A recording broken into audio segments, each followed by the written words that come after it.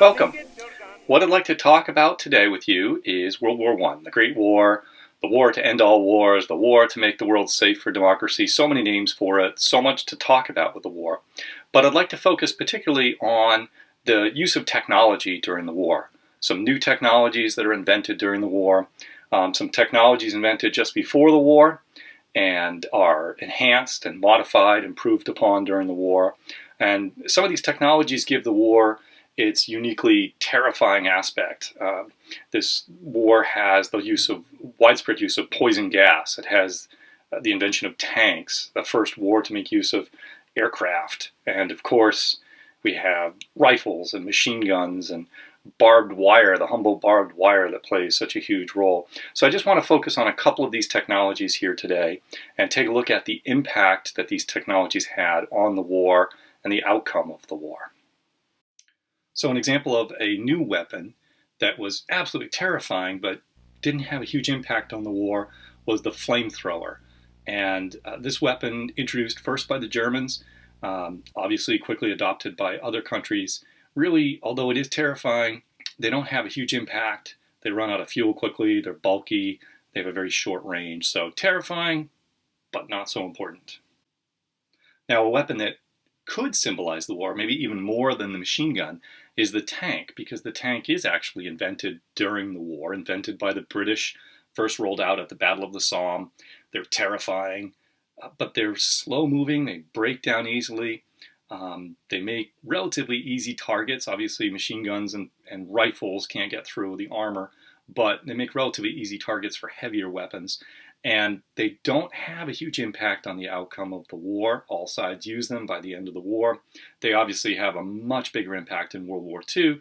They're faster, they're more reliable, they're equipped with radios so they can communicate and coordinate, and they have heavier armor and heavier weapons. World War I, they don't have a tremendous impact on the outcome of either individual battles or the overall war itself. So put tanks under the category of really interesting, but again, they're not affecting who winds up on the winning side, who winds up on the losing side.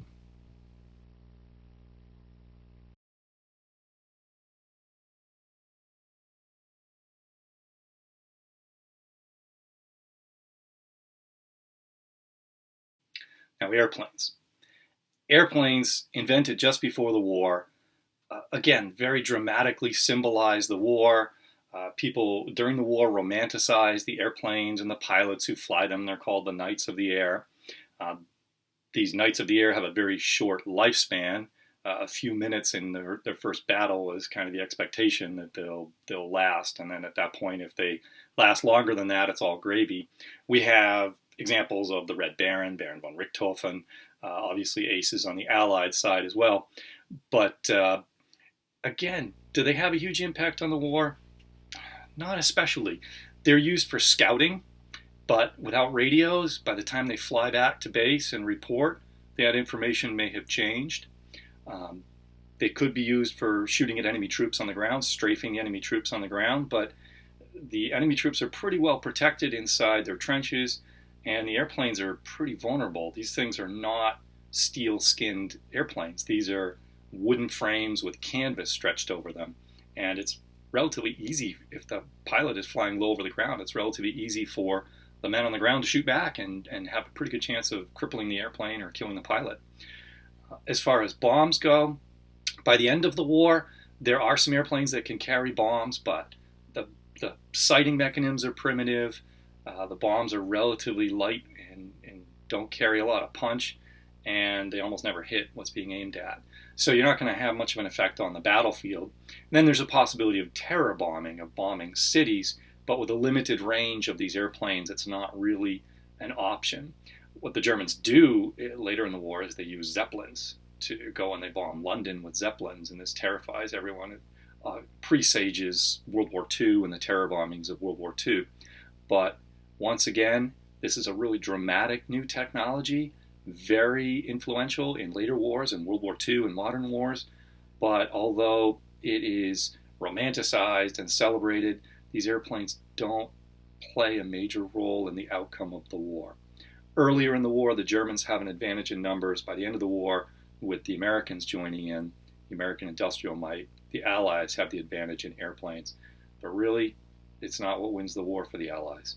Airplanes, cool, not terribly important for the outcome of the war.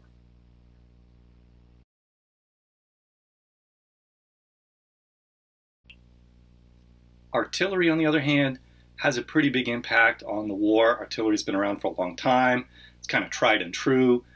These artillerists have a fair amount of skill at being able to launch an artillery shell that's going to land within a reasonable area of what they're aiming at. And so artillery is used to great effect during the war. Usually the artillery is used early on in an attack. The attacking soldiers will wait in their trenches while their own artillery bombards the enemy positions. Anywhere from a couple of minutes to several days, they'll bombard the enemy positions, hoping to keep the enemy inside their trenches, inside their dugouts, and maybe get a few lucky hits and take out some of these dugouts. And then there's supposed to be an exact timing so that as soon as the artillery stops, then the attacking soldiers climb out of their trenches, rush across no man's land, hope that the barbed wire and defenses have been disrupted by the attacking artillery, and then they storm the enemy trenches. The reality is, without radios, it's very difficult for the attacking soldiers to coordinate the timing of their attack with the artillery, and when the artillery is supposed to stop, when it's supposed to start again. They do also use something called a rolling barrage, a rolling bombardment, where in theory, as the friendly soldiers advance, the bombardment stays just ahead and keeps the enemy in their trenches as the attackers come up.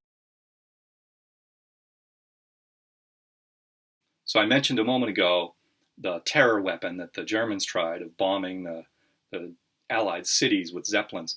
The real terror weapon for the soldiers, of course, is poison gas. This is a terrifying weapon.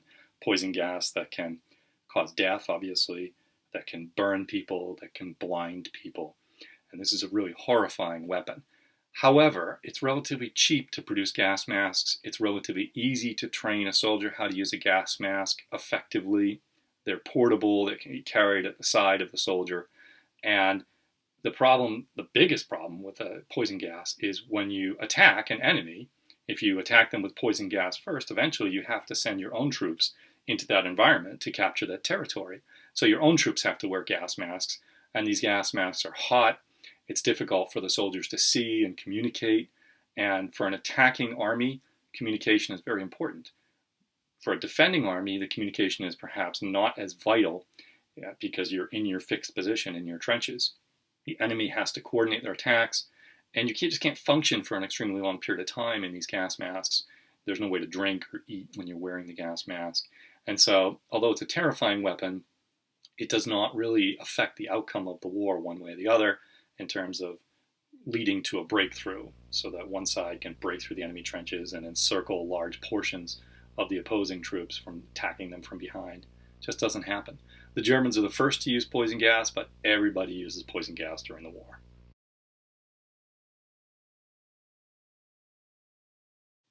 Okay, so I keep talking about all these technologies and I keep saying, it doesn't make a difference.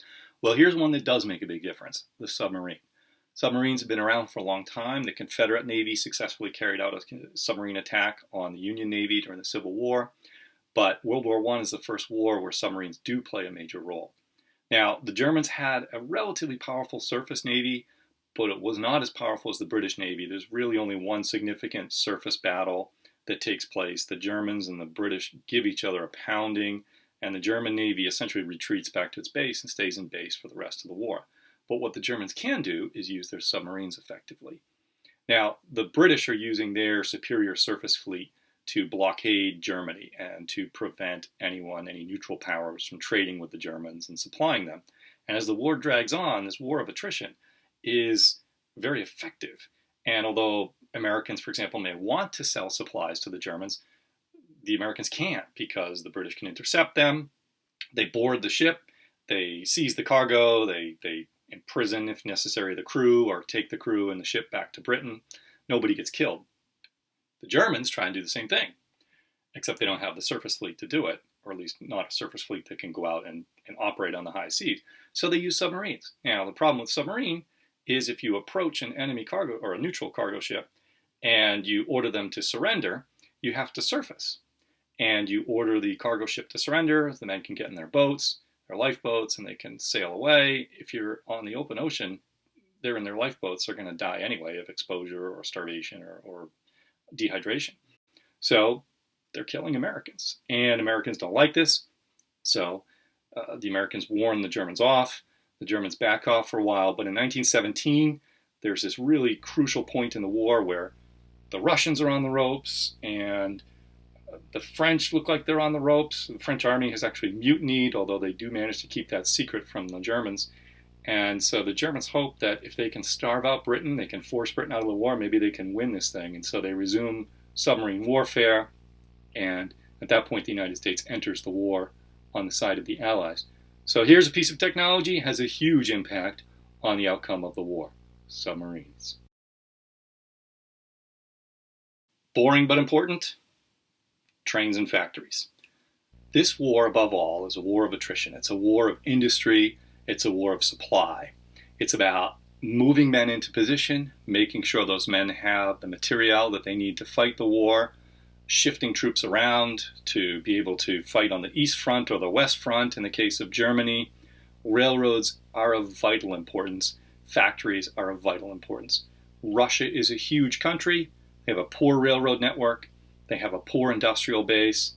They can't fight the war and feed their people at the same time, move grain around from the grain-producing regions to the industrial regions. As a result, Russia collapses. Ultimately, we think about the technology of the war and we think of these really amazing machines. We think of the airplanes, the submarines, the tanks, the machine guns. We think of the poison gas. We think of the barbed wire. We think of all of these really kind of interesting gadgets. And it's really not about the gadgets. World War I is not about the machines. It's about the willingness of the leaders of the countries of Europe and ultimately as well the United States and even some countries around the world to keep pouring men into the slaughterhouse. It's not about the machines that the men are using to kill each other. It's about the willpower of the leaders of the world to continue to send men into this meat grinder and keep equipping the men with these horrible machines of death, and to continue to do that year after year. That really is what the war is all about. It's ultimately not about the technology. It's ultimately about humanity. And that's why when the war is over, people in Europe, people in the United States see this sense of betrayal, that they have been sacrificial lambs that have been sent into this mechanized, brutal world of the trenches in order to feed the ambitions and the arrogance of the leaders that sent them there.